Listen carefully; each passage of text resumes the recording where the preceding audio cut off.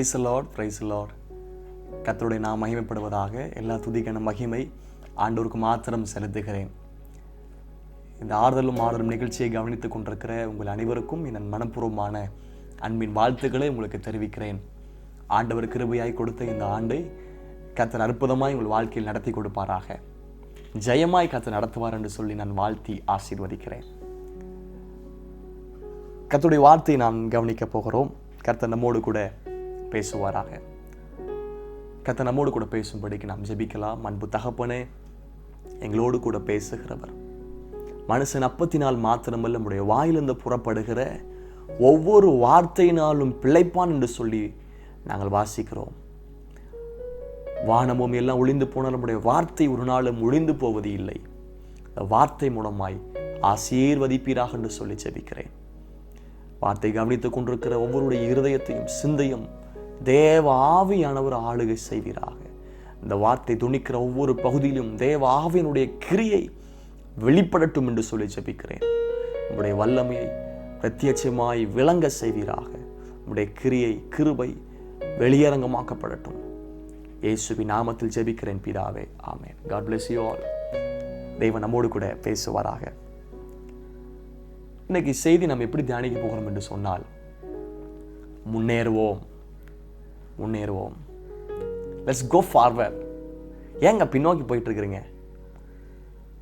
கிருபையான ஆண்டு, அற்புதமான ஆண்டு, புதிய ஆண்டு. ஏன் பழையவங்களை பார்த்துட்டு பின்மாற்றத்து நிலைமையை நீங்க ஏன் போய் கொண்டிருக்கிறீங்க? ஒரு தீர்மானம் பண்ணுங்க. I will go forward. Let's take decision to go forward. முன்னோக்கி செல்வதற்கு ஒரு தீர்மானம் எடுங்க. பழையவைகளை நினைக்க வேண்டாம், பூர்வமானவர்களை சிந்திக்க வேண்டாம். இதோ புதிய காரியத்தை செய்கிறேன், அது இப்பொழுதே தோன்றும் என்று சொன்னவர். நல்ல போராட்டத்தை போராடினேன், ஓட்டத்தை முடித்தேன், விசுவாசத்தை காத்து கொண்டேன். எனக்கு இதுவரைக்கும் எனக்காக நீதியின் கிரீடம் வைக்கப்பட்டிருக்கிறது. இன்றைக்கு ஒரு தீர்மானம் பண்ணுங்க. இந்த நாட்கள்ல நான் முன்னேறி செல்வேன். ஜெபத்துல முன்னேறுவேன், பரிசுத்தத்துல முன்னேறுவேன், வைராக்கியத்துல முன்னேறுவேன், உபவாசத்துல முன்னேறுவேன், கொடுக்கறதுல முன்னேறுவேன், குடும்பமாய் ஆண்டவரை ஆராதிக்கிறதில் முன்னேறுவேன், என்னுடைய திவ்ய சுவாபத்தில் நான் முன்னேறுவேன், பக்தி வைராக்கியத்துல பரிசுத்த வைராக்கியத்தில் நான் முன்னேறுவேன். எந்தெந்த காரியத்தில் பின்வாங்கி போயிருக்கிறோம், கடந்து வந்த பாதையில பார்க்கும்போது உலக ஆசீர்வாதம் அதிகமாய் பெற்றுக் கொண்டிருந்தாலும் ஆவிக்குரிய பாதையில் நாம் முன்னேறாமல் பின்னோக்கி நாம் ஓடி இருக்கிறோம். இன்றைக்கு தேவன் ஒரு அழைப்பை கொடுக்கிறார். You should go forward. You should run forward. முன்னோக்கி ஓடுங்கள். Go forth. தேவன் நோக்கி ஓடுங்கள். விசுவாசத்தை துவக்கிறோம் முடிக்கிறோமா இருக்கிற அவரை நோக்கி நீங்க ஓடுங்க. பைபிள் காலேஜ் முடிக்கும்போது, என்னுடைய MDU கேரளாவில் படித்து முடிக்கும்போது கிராஜுவேஷனில் ஸ்பீக்கர் வந்திருந்தாங்க, கெஸ்ட் வந்திருந்தாங்க. அந்த கிராஜுவேஷன் ஸ்பீக்கிங் அவங்க ப்ரீச் பண்ணிட்டு இருக்கும்போது ஒரு சம்பவத்தை சொன்னாங்க, சின்ன காரியம். அது இன்ன வரைக்கும் எனக்கு ஞாபகம் இருக்கிறது. Used to motivate us. அடிக்கடி எங்களை ஊக்கப்படுத்தக்கூடியது அந்த வார்த்தை. அதாவது நாம் எல்லாருமே ஓடு சாலையில் இருக்கிறோம். அந்த ரன்னிங் பாத், ஓடு சாலையில் இருக்கிறோம். அந்த ஓட்ட பந்தயத்தில் முன்னாடி ஓடுறவங்களையும் பார்க்கண்டா, பின்னாடி ஓடிட்டு இருக்கிறவங்களையும் பார்க்கண்டா. நம்ம முன்னாடி ஓடுகிறவர்களை பார்த்தாலும் பின்பதாக நமக்கு பின்பதாக ஓடிக்கொண்டிருக்கிறவர்களை பார்த்தாலும் நம்முடைய வாழ்க்கையில் இடரல் ஏற்படும், தோல்வி ஏற்படும்.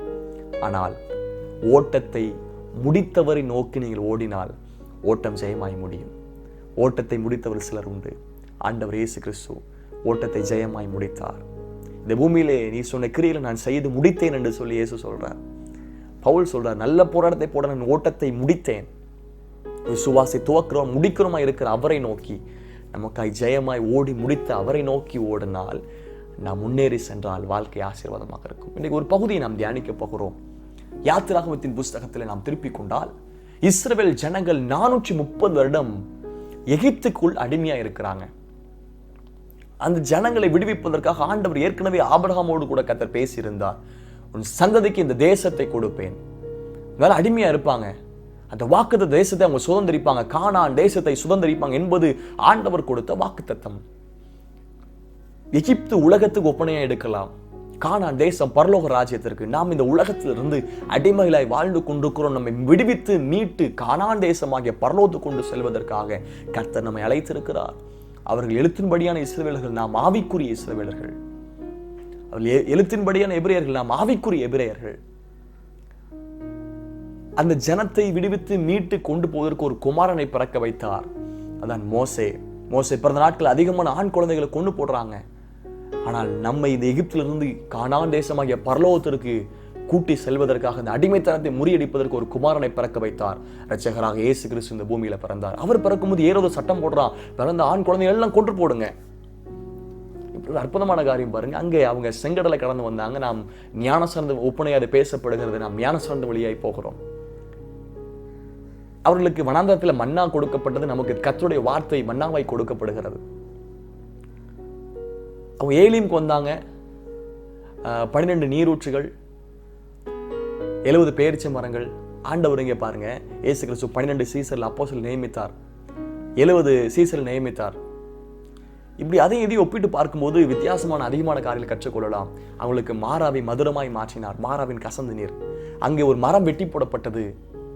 நம்முடைய வாழ்க்கையின் கசந்த மாறாவை மதுரமாய் மாற்றுவதற்கு சிலுவை மரம் நம்முடைய வாழ்க்கையில் போடப்பட்டது. வனாந்தரத்தை வந்து கொண்டிருக்கும் போது தண்ணியில் கஷ்டப்பட்டாங்க. ஆண்டவர் சொன்னார், கண்மலை பார்த்து பேசு, கண்மலை பார்த்து அடி. கண்மலையை பிளந்து இஸ்ரவேல் ஜனங்களுக்கு தாகம் தீர்த்தார்.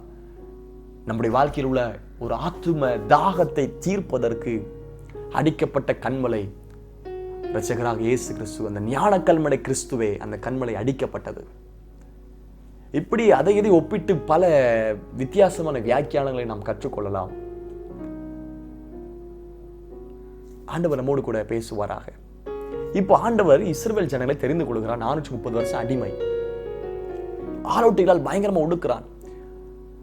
யோசேப்பை அறியாத பார்வோன் அந்த இடத்துல வந்தவன் என்ன பண்றானா, ஐயோ இஸ்ரவேல் ஜனங்களை பெருகி எடுத்துட்டு போறாங்களே, அவங்க பழுகி பெருகிறாங்க, பலசாலிகளா மாறுறாங்க, என்ன பண்ணணும் அப்படின்னா அவன் திட்டம் பண்றான். பாருங்க பார்வோனின் தந்திரம். ரொம்ப மோசமானவங்க பார்வோன். பிசாசுடைய தந்திரத்துக்கு எதிர்த்து நில்லுங்க, அப்பொழுது அவன் உங்களை விட்டு ஓடி போவான். முதல்ல ஒரு திட்டம் பண்றான். His plan is to approach and depress the people. ஒடுக்கணும். ஆனா பாருங்க என்ன பண்றான், ஆனாலும் அவர்களை எவ்வளவு ஒடுக்கினார்களோ அவ்வளவாய் அவர்கள் பழுகி பெருகினார்கள். He was persecuting the people. யாத்திராகமம் 1ஆம் அதிகாரத்தில் பார்க்கிறோம். எவ்வளவுக்கு எவ்வளவாய், as much as they approach, they multiplied. எவ்வளவுக்கு எவ்வளவாய் ஒடுக்கினார்களோ அவ்வளவுக்கு அவ்வளவாய் அவர்கள் விருத்தி அடைந்தார்கள். பிசாசு வெக்கப்பட்டு போனான். இந்த நாட்களில் நீங்கள் ஒடுக்கப்பட்டிருக்கலாம். நெருக்கம் பெருக்கத்துக்கு அடையாளம். நீங்கள் பழுகி பெருகுவீங்க. இப்ப அடுத்தது ஒரு தந்திரம் பண்றான் பாருங்க. என்ன பண்றான் அப்படின்னா 16ஆம் வசனம், எபிரேய ஸ்திரீகளுக்கு மருத்துவம் செய்யும் போது அவர்கள் மனையில் மேல் உட்கார்ந்திருக்கையில் பார்த்து ஆண் பிள்ளையானால் கொன்று போடுங்கள், பெண் பிள்ளையானால் உயிரோடே இருக்கட்டும் என்றார். 2வது பிளான் பண்றான். ஃபர்ஸ்ட் பிளான்ல தோத்துட்டான். எவ்வளோ வேலையை அதிகரிக்கிறாங்க, செங்கல் இருக்கிறது, அப்பா ஆளோட்டிகளால் ஒடுக்குறாங்க. இப்படிப்பட்ட ஒடுக்குதல் இருந்தாலும் அவங்க பழுகி பிறகுனாங்க. 2வது பிறக்கிற ஆண் குழந்தைகள் எல்லாம் கொன்று போட்டுருங்கன்னு சொன்னான். இல்லை கர்த்தருக்கு பயப்படுகிற மருத்துவச்சிகள் இருந்தது நிமித்தமா அங்கே எல்லா ஆண் குழந்தைகளும் பாதுகாக்கப்பட்டாங்க. இதுலேயும் பார்வோன் தோற்று போனான். இப்போ பார்வோன் புதுசாக ஒரு தந்திரம் பண்ணுறான். பிறந்த ஆண் குழந்தைகள் எல்லாம் நைல் நதியில் தூக்கி போடணும். To throw out all the மேல் சைல்டு. அவனுக்கு தெரியும் ஆண்கள் பலசாலிகள். பார்வனுடைய தந்திரம் என்னுடைய வாழ்க்கையில் இருக்கிறது. இருந்தாலும் நீங்க முன்னேறணும். ஆண்டுடைய விருப்பம் என்ன தெரியுமா? ஒரு ஸ்டெப் அடுத்தது எடுத்து வைக்கணும். நீங்க அடிமைத்தனத்தில் இருப்பதல்ல, பாவத்துக்குள் இருப்பதல்ல, சாபத்துக்குள் இருப்பதல்ல, அநியாயத்தில் இருப்பதல்ல, தலைமுறையின் சாபத்துக்கு உட்பட்டு வாழ்வதல்ல. இதுல இருந்து அடுத்த ஸ்டெப் எடுத்து நீங்க முன்னேறி போகணும் என்பதுதான் கர்த்தருடைய விருப்பம். அடுத்த லெவல்ல நீங்க போகணுங்க. அடுத்த பாதையில நீங்க உயரணுங்க. உங்க தலைமுறை அடுத்த லெவல்ல போய் ஆசீர்வதிக்கப்படணும். உங்க பிசினஸ் அடுத்த தலைமுறையில போகணும், உயரணுங்க. ஊழியம் அடுத்த பாதையில போகணுங்க. உங்க படிப்பு ஸ்டேட்டஸ் அடுத்த லெவல்ல போகணுங்க. இருந்த மாதிரி இருப்பதற்காக அழைக்கப்படலைங்க. அடிமைத்தனத்தில் எகிப்தில் இருப்பதற்காக கர்த்தர் அழைக்கல. எகிப்திலிருந்து புறப்பட வேண்டும், கால் எடுத்து வெளியே வைக்கணும். இதுதான் கர்த்தர் எதிர்பார்த்து கொண்டிருக்கிறார். இப்பவும் பிசாசு வைக்கப்பட்டு போனான். ப்ரோஸ் பண்றான். He was kill all the male child. எல்லா ஆண் குழந்தைகளை கொண்டு போடுறான். And he planned to throw out all the male child. What God did, bring out that particular man, Moses. பிசாசுடைய தந்திரம் என்ன? நீங்க எப்படி முன்னேறணும்? ஏன் முன்னேற முடியல? முன்னேற விடாமல் என்னெல்லாம் தடுக்குது தெரியுமா? பிசாசுடைய தந்திரம். ஒரு 4 காரியத்தை தியானிக்க போகிறோம். இப்பொழுது ஆண்டவர் மோசே மூலமாய் பேசுகிறார். இந்த ஜனத்தை வழிநடத்தி கொண்டு போனப்பா மோசையை கர்த்தர் தெரிந்து கொள்கிறார். மோசையை பிறக்க வைத்தார். ஒரு திட்டத்தோடு தரிசனத்தோடு எல்லா ஆண் குழந்தைகள் செத்து போறாங்க. மோசே மாத்திரம் பிறந்தார். அவர் மாத்திரம் வளர்க்கப்பட்டார். அவர் மாத்திரம் பாதுகாக்கப்பட்டார். தேவ திட்டத்தோடு ஒரே பருவத்தில் நிற்கும் போது ஆண்டவர் இந்த முச்சடியில பிரசன்னமாய் மகிமை இறங்கி பேசுகிற நிற்கிறது. பரிசுத்த பூமி உன் பாதரட்சை கடத்து நான் பேச போகிறேன், இந்த ஜனத்தை நடத்த வேண்டும் என்று சொல்லி கர்த்தர் திட்டமாய் பேசிக் கொண்டிருக்கிறார். அவர் சொல்றாரு, அவர் எக்ஸ்கியூஸ் கேட்கிறார். ஆண்டவரே என்னால முடியாது, I could not able to to, I am slow to speak, நான் ரொம்ப திக்குவாய் மந்தனாவா இருக்கிறேன், பேச முடியாது, நான் எப்படி நடத்துவேன், ஏதாவது அடையாளம் கொடுங்க, கிவ் மீ த சைன், ஏதாவது நீங்க அடையாளம் கொடுத்தா தான் இது நடக்கும். என்ன எப்படி, நான் ஏற்கனவே கொலைகாரனா உள்ளேருந்து வெளியே வந்திருக்கிறேன், நான் எப்படி திரும்ப போய் இதை செய்வேன், பல கேள்விகள் இருந்தது. எனக்கு ஒத்தாசி எனக்கு ஒருத்தர் அனுப்புங்க. அதான் ஆண்டவர் சொல்றாரு, ஆரோன் அனுப்புவோம் பாப்போ. இப்போ கர்த்தர் மோசே தெரிஞ்சு கொண்டு மோசே போய் பேசுறார் பார்வோன்ட்ட, என் ஜனங்களை ஆராதிக்க அனுப்பிவிடு. Let my people go to worship God. 430 வருஷங்களாய் பலிகள் என்னன்னு தெரியாத ஜனங்களுக்கு, ஆண்டவனை யாருன்னு தெரியல, ஆராதனை இல்ல, தேவ ஆலயம் இல்ல, ஆசரிப்பு கூடாரம் இல்ல, தேவ ஐக்கியம் இல்ல, பஸ்கா இல்ல, அவர்கள் அடிமைத்தனத்தில் வாழ்ந்து கொண்டிருக்கிறாங்க. இந்த ஜனத்தை விடுவிக்கணும் ஆண்டவர் சொல்றார். ஏன் தெரியுமா ஆண்டவர் இந்த ஜனத்தை வெளியே கொண்டு வரணும்னு சொல்லி விரும்புகிறார். ஆண்டவர் மோசே அனுப்பி பேசுறார் பார்வோன்ட்ட, என் ஜனங்களை அனுப்பிவிடு, எனக்கு ஆராதனை செய்ய என் ஜனங்களை அனுப்பிவிடு. பல முறை கர்த்தர் பேசியிருக்கிறார். ஆராதிக்க வாங்க, ஜெபிக்க வாங்க, முன்னேறுங்க, வாழ்க்கையில் ஆசீர்வதிக்கப்படணும். முன்னேற முடியாம இன்னைக்கு பிசாசு தடுக்கிறான். பார்வோன் தந்திரம் பண்றாங்க, இருதயத்தை கடினப்படுத்தி கொண்டு அனுப்ப மாட்டேன். 10 வாதைகள் அனுப்பினார், அப்படியும் இருதயம் கடினப்பட்டு போனது. ஒவ்வொரு வாதம் வரும்போது இருதயம் இழகும். மோசடிக்கப்பா தயவு செஞ்சு எனக்காக ஜெபம் பண்ணுங்க, இதெல்லாம் போட்டோம், நான் உங்களை அனுப்பிடுவேன் பாரு. இந்த வாதை நீங்கின பிறகு திரும்ப இருதயத்தை கடினப்படுத்திக் கொள்ளுவான். 10 வாதைகள், தண்ணீர் ரத்தமாய் மாறுகிறது, தவளை, பேன்கள், வண்டுகள், கொள்ளை நோய்கள், கொப்புளங்கள், கல்மலை, அந்த கல்மலாம் வந்து அப்பா அழிவு, வெட்டுக்கிளிகள், ஒரு பயங்கரமான காரிருள், தடவி கொண்டுகிற காரிருள், தலைப்பிள்ளை சங்கார், இப்படிப்பட்ட 10 வாதைகளால அந்த ஜனத்தை வாதித்து பார்த்தார். அப்படியும் இந்த ஜனங்களை முன்னேற வைக்க விடாமல் தடுத்து கொண்டிருந்தார். நீங்கள் முன்னேற விடாமல் உங்களுக்கு விரதமாய் எந்திரிச்சு கொண்டிருக்கிற எழும்பி நிற்கிற சத்துருடைய கிரியைகள் இருக்கிறது. ஆண்டவர் அதை உடைப்பாராக, தடைகளை உடைப்பாராக. எரிகோவை உடைத்த கர்த்தர் உங்களை முன்னேற விடாமல் தடுக்கிற பிசாசின் தந்திரத்தை முறியடிப்பாராக. ஆனால் உங்களுக்குள்ள ஒரு வைராக்கியம் உண்டாகட்டும், தீர்மானம் உண்டாகட்டும். முன்னேறுவோம், முன்னேறுவோம். நீங்கள் முன்னேறுவீங்க. செய்திக்கு வர விரும்புகிறேன். 4 பகுதியில் நம்ம முன்னேற வேண்டும். ஆனா 4 பகுதியிலையும் பிசாசு போராடுவாங்க. சொல்ற let my people go, அவங்க 3 நாள் பிரயாணம் பண்ணி போய் ஆண்டவர் ஆராதிக்கணும். ஆனா மோசே விடுறதா இல்லை. இப்போ போய் கேட்கிறார். முதல்ல பார்வோனுடைய தந்திரம் என்ன? யாத்திராகம் 8ஆம் அதிகாரம் 25ஆம் வசனம். யாத்திராகம் 8ஆம் அதிகாரம் 25ஆம் வசனம். அப்பொழுது பார்வோன் மோசேயும் ஆரோனையும் அழைப்பித்து, நீங்கள் போய் உங்கள் தேவனுக்கு தேசத்தில் தானே பலியிடுங்கள் என்றான். வாதிச்ச போது திரும்ப கொஞ்சம் இறங்கி சொல்றார், நீங்க பலியிடுங்க, தேசத்தில் தானே பலியிடுங்க என்றான். அப்ப என்ன சொல்றாரு பாருங்க. அதற்கு மோசே, அப்படி செய்யத்தகாது, எங்கள் தேவனாகிய கர்த்தருக்கு நாங்கள் எகிப்தினுடைய அருவருப்புகள் பலியிடுவதா இருக்குமே, எகிப்தினுடைய அருவருப்பை நாங்கள் அவர்கள் கண்களுக்கு முன்பாக பலியிட்டால் எங்களை கல்லறிவார்கள் அல்லவா? நாங்கள் வனாந்தரத்தில் 3 நாள் பிரயாணம் போய் எங்கள் தேவனாகிய கர்த்தர் எங்களுக்கு விதித்திருக்கிறபடியே அவர்களுக்கு பலியிடுவோம் என்றார். முதலாவது பிசாசின் தந்திரம். நீங்க இங்கேயே பலி செலுத்திருங்க, வெளியே போகணும்னு அவசியம் இல்லை. அவருடைய நோக்கம் என்ன தெரியுமா? அடிமைத்தனத்துக்குள்ளேயே இருக்கணும், அடிமைத்தனத்தின் தேசத்துக்குள்ளேயே இருந்து பலி செலுத்தணும். அது எப்படி முடியும்? மோசே சொல்றாரு, நாங்க 3 நாள் வனாந்தரத்துல பிரயாணம் பண்ணி போய்தான் ஆண்டவர் ஆராதிப்போம்.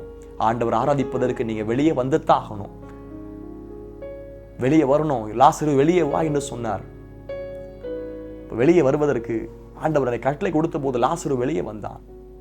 லோத்துவை ஆண்டவர் தாமதித்துக் கொண்டிருக்க நேரத்தில் கைப்பிடி தேவதூதன் கைப்பிடிச்சு வெளியே கொண்டு வந்து விட்டார். வெளியே கொண்டு வந்து விடுகிறார். வெளியே வந்தால்தான் ஆண்டவர் ஆராதிக்க முடியும். உள்ளுக்குள்ள இருந்து என்ன பண்ண முடியும்?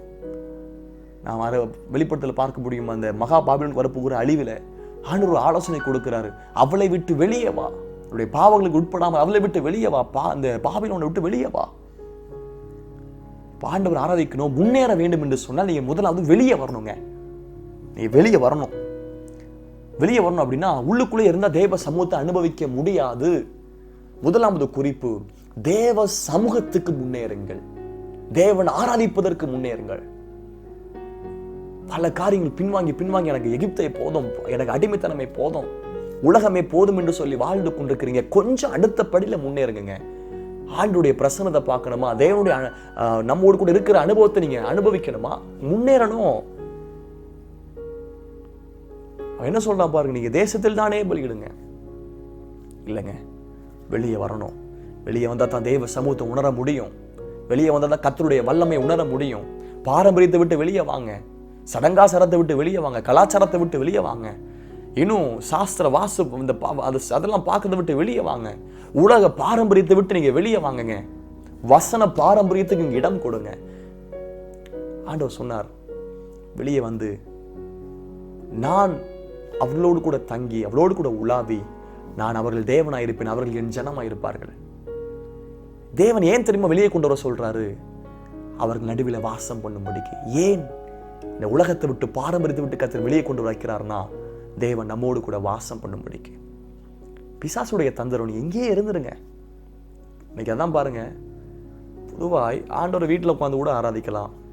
காணிக்கை கொடுக்கறது கூட இன்னைக்கு வந்து கூகுள் பேல மூலமா டிரான்ஸ்ஃபர் பண்ணி விடுறது மூலமா பேங்க் அந்த மாதிரி கூட இன்னைக்கு காணிக்கை செலுத்தலாம். பாட்டு பிடிக்கிறது வீட்டில இருந்து பாட்டு பிடிக்கலாம்.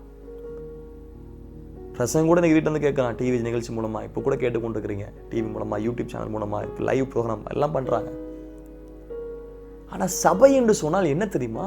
ஐக்கியப்படுகிற இடம். Church, place of assembly, place of gathering, congregation, ஒரு ஃபெல்லோஷிப் தாங்க.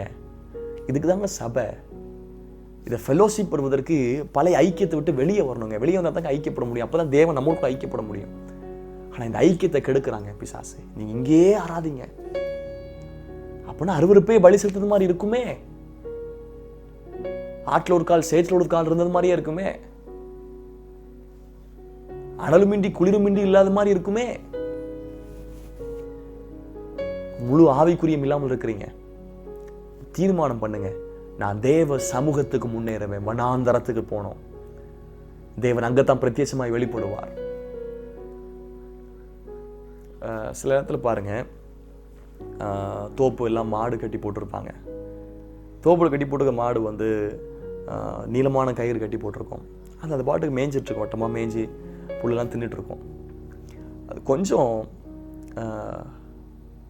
அடுத்த பக்கத்தில் போய் பார்க்கும் பாருங்க, கொஞ்சம் ஃப்ரீயாக போய் சாப்பிட்டுட்டு இருக்கோம். ஐயா எனக்கு ஃப்ரீயாக இருக்குது, போயிட்டு இருக்கலாம், சாப்பிடலாம் அப்படி இல்லாமல் அதை நினச்சி கொண்டிருக்கோம். கொஞ்சம் தள்ளி போன போது கழுத்து தட்டுப்படும். ஏன்னா தட்டுப்படுறது கொஞ்சம் திரும்பி பார்த்தா தெரியும், அந்த மாடு கழுத்தில் கயிறு கட்டப்பட்டிருக்கிறது. அந்த கயிறு நீளமாக கட்டி வச்சிருப்பாங்க, ஒரு தென்னை மரத்தில் கட்டி வச்சிருப்பாங்க. இதே மாதிரி தன் பார்வையுடைய தந்திரம், கழுத்தில் கயிறு கட்டி வச்சுட்டு உலகமும் வேணும், ஆவிக்குரிய காரியம் வேணும், தேவனும் வேணும், பிசாசும் வேணும், உலகத்தானும் வேணும், ஆண்டுடைய பிள்ளைகளும் வேணும். ஆனா ஒரு இடத்துல தட்டுப்படுது, நீங்க உள்ளே இருங்க, வெளியே போக கூடாது. பிசாசுடைய தந்திரம். முதல்ல ஒரு தீர்மானம் பண்ணுங்க, நான் தேவ சமூகத்துக்கு முன்னேறுவேன். உலக சிநேகம் தேவனுக்கு விரோதமான பகை. நீ உலகத்திலும் உலகத்துள்ளவையிலும் அன்பு கூறாதிருங்கள்.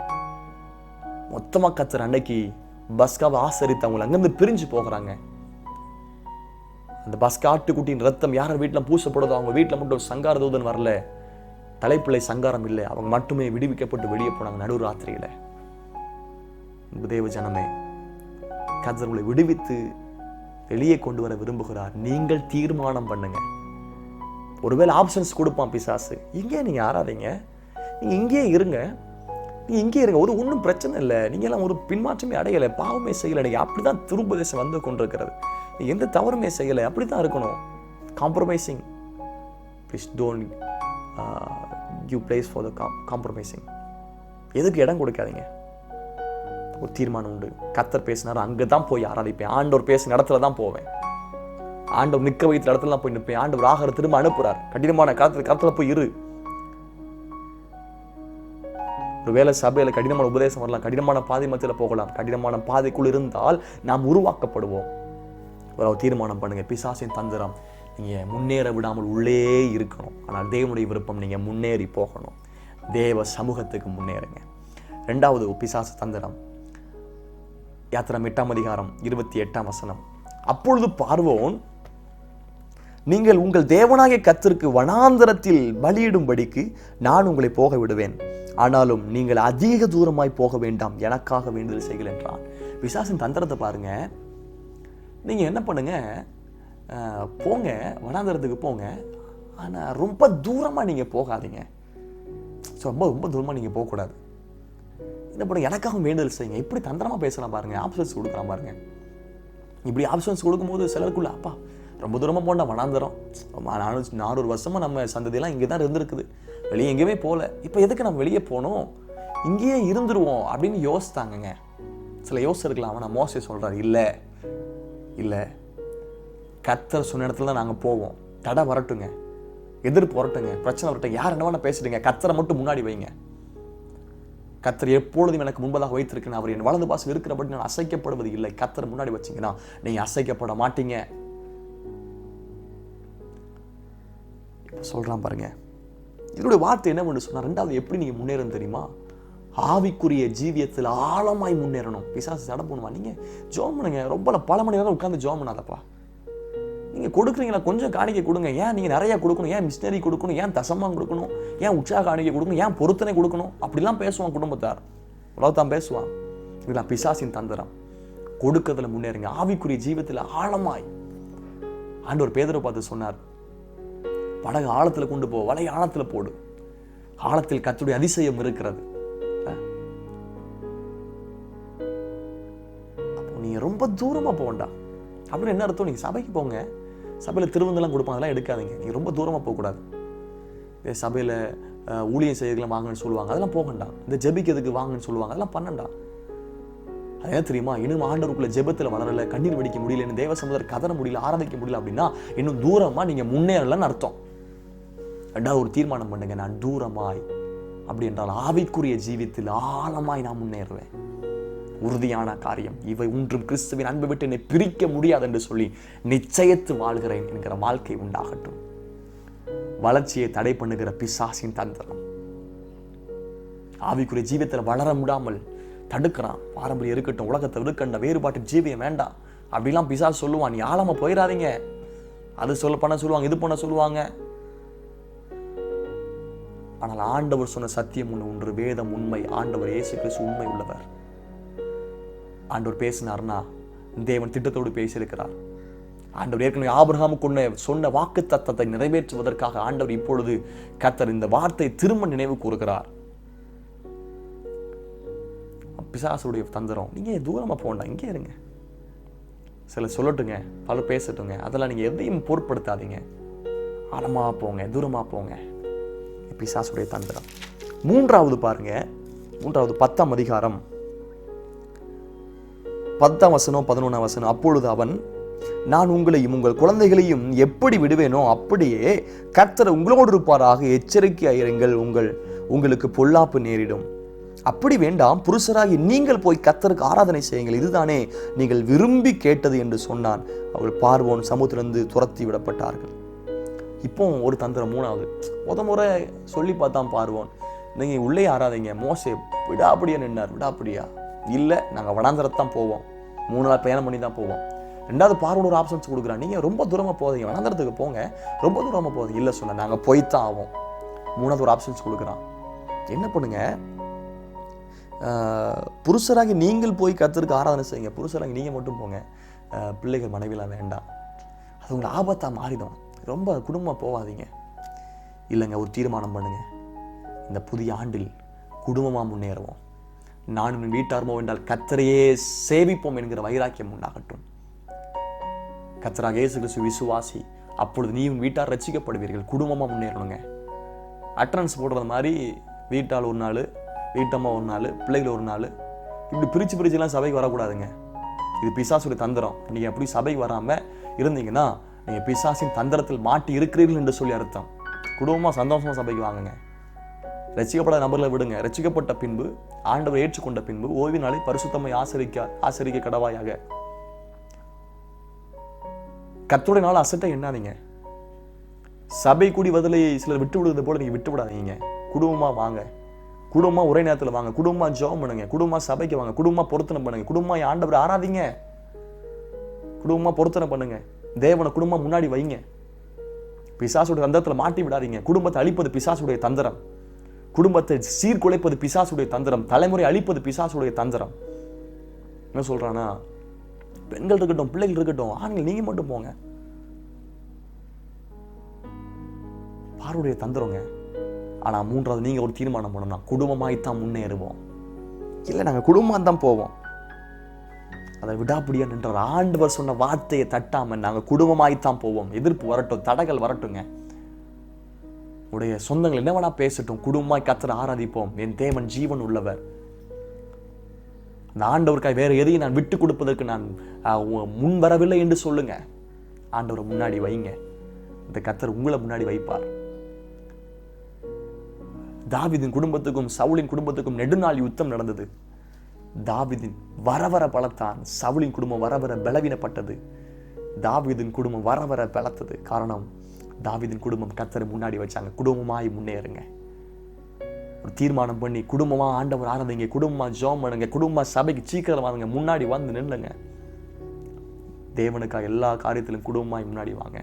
ஆக்கிலா பிரிஸ்கிலா குடும்பத்தை போல முன்னாடி வந்து நின்னுங்க. கொர்நேலி குடும்பத்தை போல முன்னாடி வந்து நின்னுங்க. கர்த்தர் உங்களை ஆசீர்வதிப்பாராக.